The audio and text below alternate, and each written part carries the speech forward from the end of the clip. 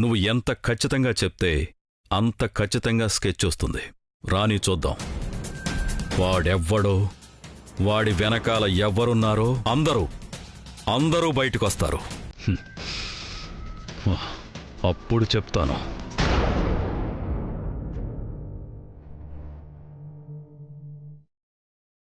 చెప్పండమ్మా పోలికలు.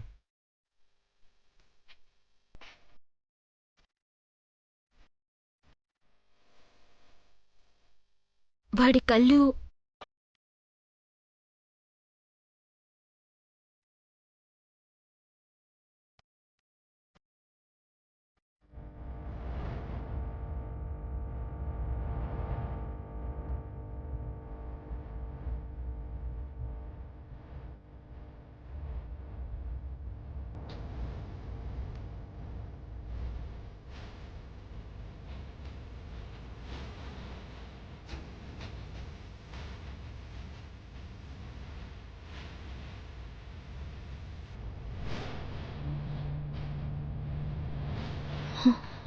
అబ్బో, ఇంత ఖచ్చితంగా ఎలా చెప్పింది?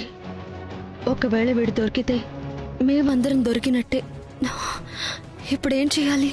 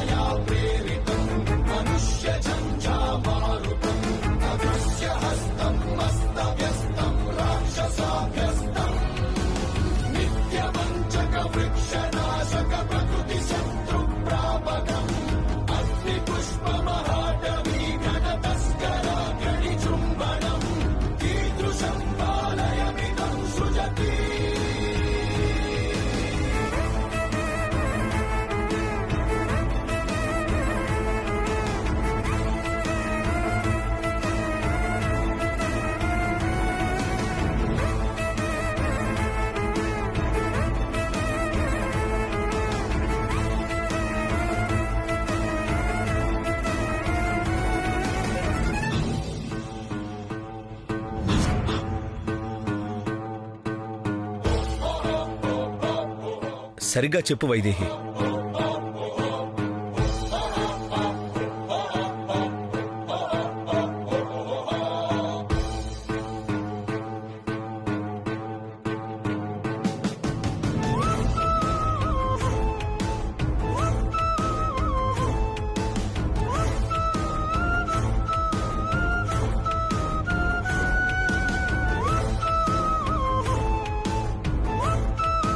అమ్మా, మీరు చెప్పిన గుర్తులతోనే బొమ్మ గీశాను.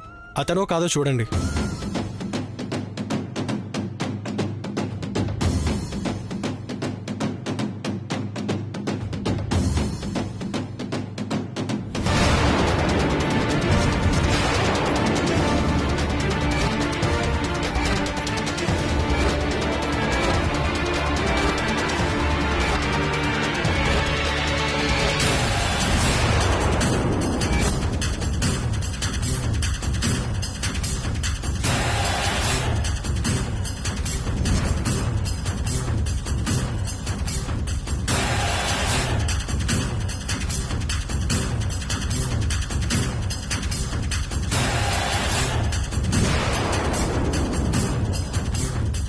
ఎవరితను?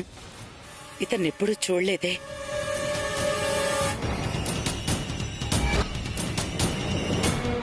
అమ్మా వైదేహి, నువ్వు చెప్పిన గుర్తులతో ఉండే వ్యక్తి వీడేనా?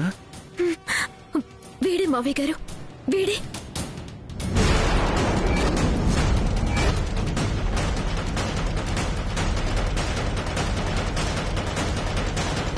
వీడే నన్ను కిడ్నాప్ చేసింది. వీడే బామ్మగారిని పొడిచింది. ఇప్పుడు మనం ఎదుర్కొంటున్న చాలా సమస్యలకి వీడే కారణం.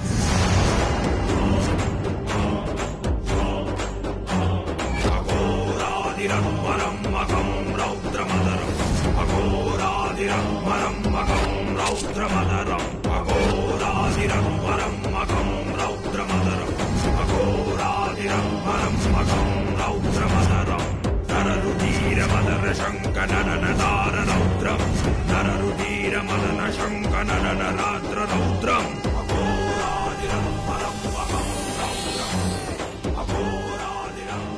అసలు ఎవడు వీడు? వీడెక్కడున్నా పట్టుకోవాలి నాన్న, వదలకూడదు.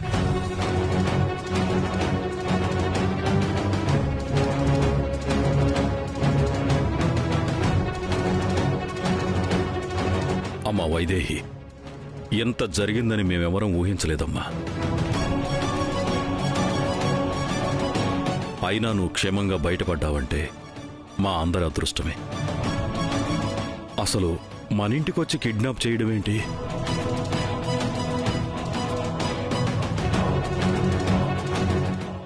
చూడండి, ఇక నుంచి మనం చాలా జాగ్రత్తగా ఉండాలి. ఇంటికి కొత్త వాళ్ళు ఎవరొచ్చినా పంపించొద్దని సెక్యూరిటీకి గట్టిగా చెప్పండి. అలాగే అయ్యగారు.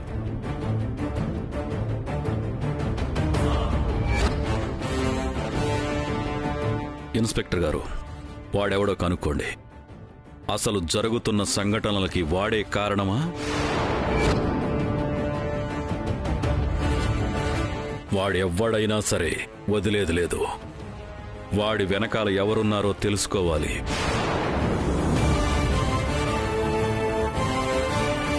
ఇది చాలా ఇంపార్టెంట్ ఇన్స్పెక్టర్ గారు. వాడు ఎవ్వడైనా సరే, ఎంత పెద్దవాడైనా సరే, ఎవ్వర్నీ వదిలే ప్రసక్తే లేదు. ఇంత ఖచ్చితంగా ఎలా చెప్పింది?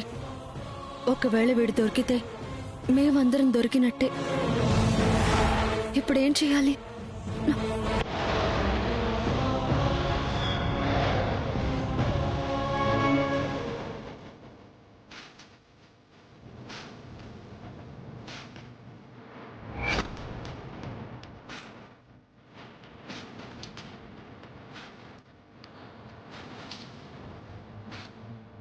చాలా ఇంపార్టెంట్ ఇన్స్పెక్టర్ గారు.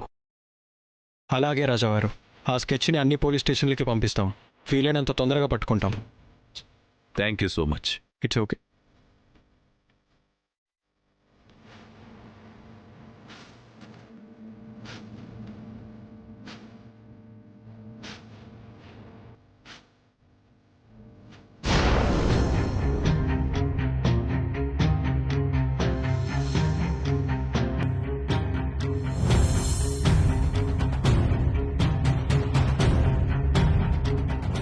హలో, దొంగ మేనకోడలా?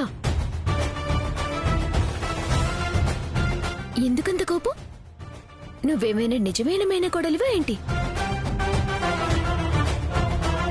కిడ్నాప్ చేయించింది నువ్వేనని తెలుసు, కానీ నీ పేరెందుకు చెప్పలేదో తెలుసా? నీ పేరు చెప్పానే అనుకో, నువ్వే అనడానికి సరైన ఆధారాలు లేవు కాబట్టి నీ మీద నింద మోపటానికి ప్రయత్నిస్తున్నాను అని కొట్టిపారేస్తారు. అసలు విషయం పక్కకి పోతుంది. అందుకే వాడి గురించి చెప్పాను.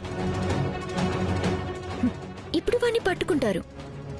వాడేలాగూ నీ పేరే చెప్తాడు.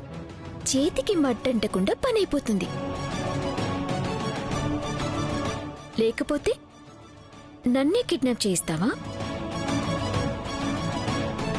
రోజులు లెక్క పెట్టుకో. వాడు దొరకనంత వరకే నీకు ఈ ఇంట్లో చోటు.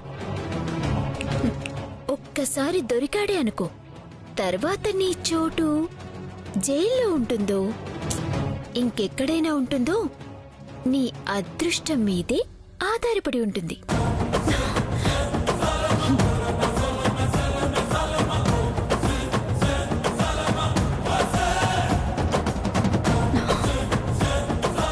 ఇది నిజంగా నా పేరు చెప్పున్నా ఎలాగోలా తప్పించుకుని ఉండేదాన్ని. కానీ చాలా తెలివిగా వాడి బొమ్మ గీయించింది. దొరికిపోతే అంతే. వెంటనే వాడికి ఫోన్ చేసి జాగ్రత్తగా ఉండమని చెప్పాలి.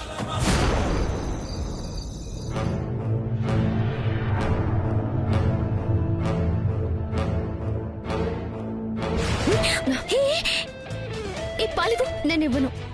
ఇవ్వు. శ్రవంతి, నేను ఇవ్వను. Cool down Vaidehi, cool down. ఏయ్, ఆటలాడుతున్నావా? పాలు ఆయన కోసం తీసుకెళ్తున్నాను. ఇవ్వు. నేను కూడా ఆయనకివ్వడానికే తీసుకువెళ్తున్నాను వైదేహి. నా బావ కోసం, నా కోసం కాదు. ఏంటి? ఆయనేదో నీ మెళ్ళు తాళి కట్టిన మొగుడో నీ అత్త కొడుకు అయినట్టు ఆయన్ని బావా అంటున్నావు? నీకలా పిలిచే హక్కు లేదు. ఆ, అవునా? నీకు సీక్రెట్ చెప్తాను. ఇలారా. ఆ సంగతి నీకు తప్ప ఇంట్లో ఎవ్వరికీ తెలియదు కదా. పాపం తెలియజేయాలని చాలా ప్రయత్నించావు, కానీ కుదరలేదు. అందరి దృష్టిలో ఆయన భార్యని, మరదల్ని.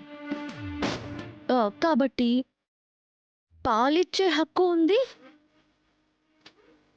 పాలు పంచుకునే హక్కు కూడా ఉంది. పిచ్చి పిచ్చిగా బాగేవంటే పళ్ళు రావుతాయి.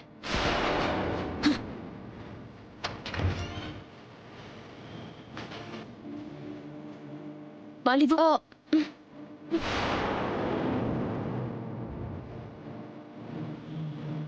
ఏమైంది?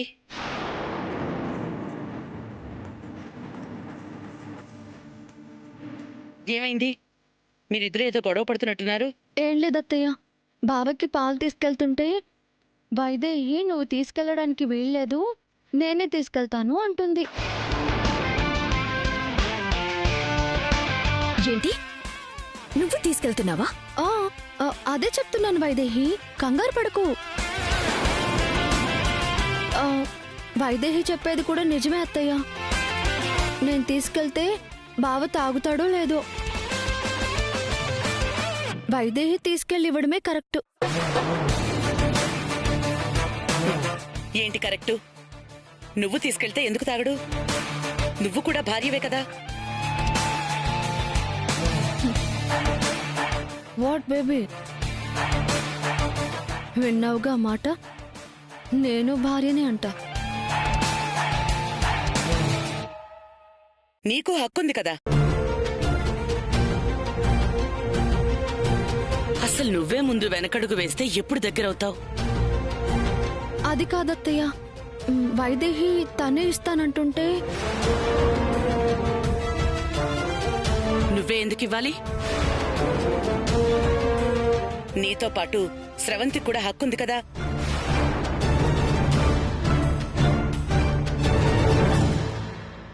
ఏదో దేవాంశ్ నీ ఒక్కదానికే సొంతమైనట్టు ప్రవర్తిస్తున్నావేంటి? అది కాదత్తయ్య. ఇంకేం మాట్లాడుకో. ఇది వరకు చెప్పాను, మళ్ళీ చెప్తున్నాను. దేవాంశ్ మీద నీకెంత హక్కుందో స్రవంతికి కూడా అంతే హక్కుంది. అసలు హక్కుల గురించి మాట్లాడితే నా మేనకోడలిగా నీకన్నా కొంచెం ఎక్కువ హక్కే తనకుంది.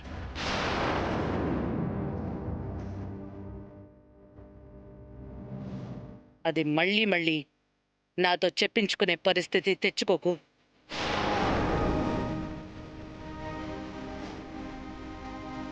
శ్రవంతి, ఆ పాలు తీసుకెళ్ళి నువ్వే ఇవ్వు.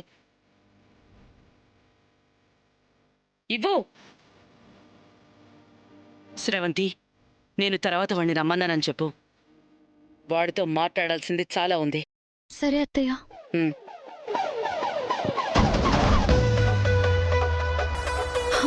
వైదేహి, ఇస్తావా?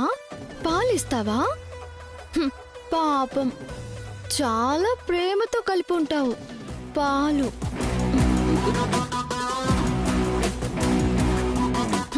చూసావా, నీ చేతిలో పాల గ్లాస్ని నా చేతిలోకి వచ్చేలా ఎలా చేసుకున్నాను?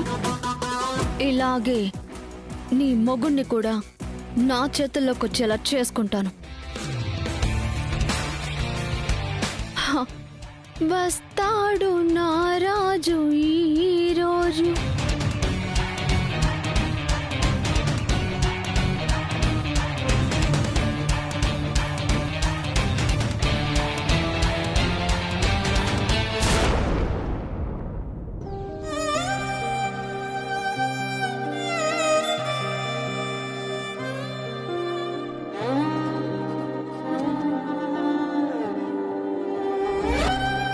ఇవ్వు.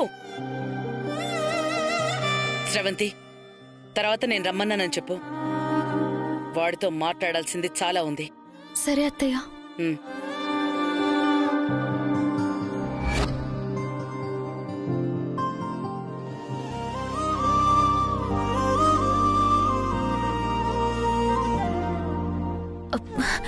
అత్తయ్య గారు రమ్మని పిలిచారు కదా, వెళ్ళారా? ఉమ్, ఏమన్నారు? ఏమన్నారంటే ఏమని చెప్పమంటావు? నీకెలా చెప్పాలో కూడా అర్థం కావట్లేదు. నాతో చెప్పడానికి కూడా ఆలోచించాల్సిన విషయం ఏముంది? ఏమన్నారో చెప్పండి. నీకు తెలిసిందే వైదేహి, శ్రవంతిని మరదలుగానే చూస్తున్నాను కదా. కాదు, భార్యగా చూడాలని అమ్మ కండిషన్ పెట్టింది. నా మనసులో నీకే స్థానం అయితే ఉందో శ్రవంతికి కూడా అదే స్థానం ఇవ్వాలంట. నాన్న కూడా అదే మాట.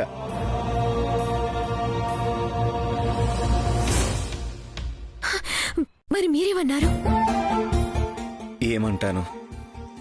అమ్మనైతే కాదు కూడదని ఏదో ఒకటి చెప్పుకునేవాణ్ణేమో, కానీ నాన్న మాట కాదనలేను కదా.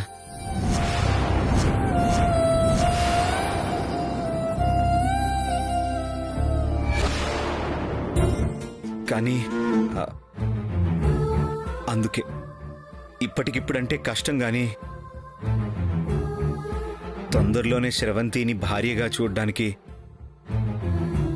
ప్రయత్నిస్తాను అని చెప్పా.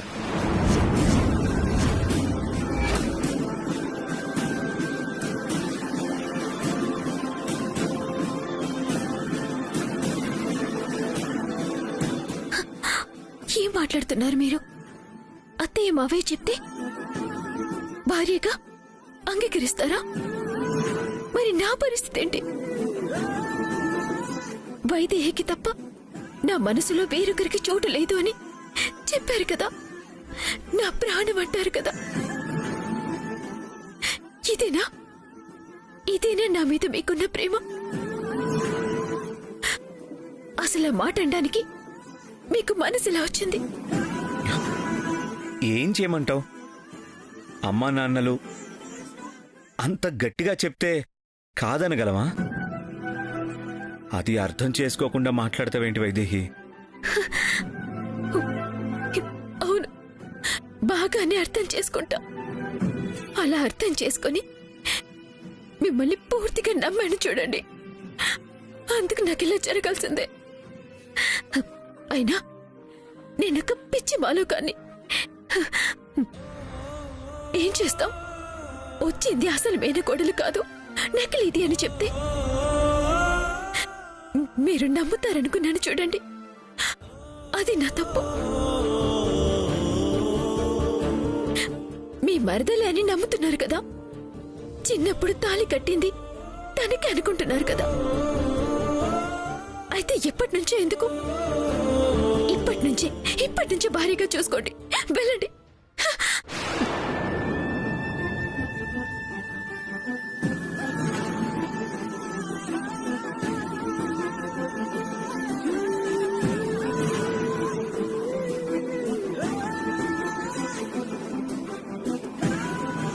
అక్క, ఏమైందక్క? ఏడుస్తున్నావేంటి?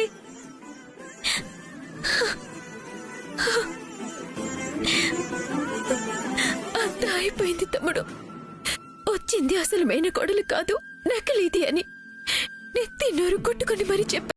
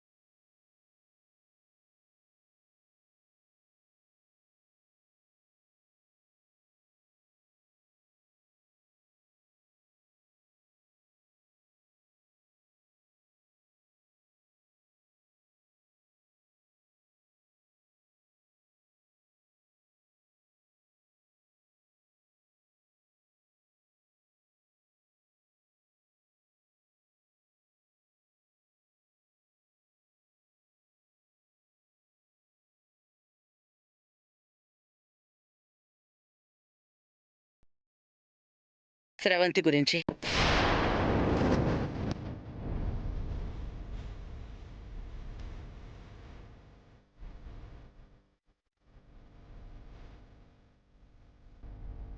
తను మా మేనకోడలే కాదు నాన్న, నీ భార్య కూడా. ఈ విషయం గురించి ఊరంతా తెలిసింది. కానీ ఇంకా నువ్వే ఎందుకు తెలుసుకోలేకపోతున్నావు? ఎందుకు స్రవంతిని భార్యగా అంగీకరించలేకపోతున్నావు?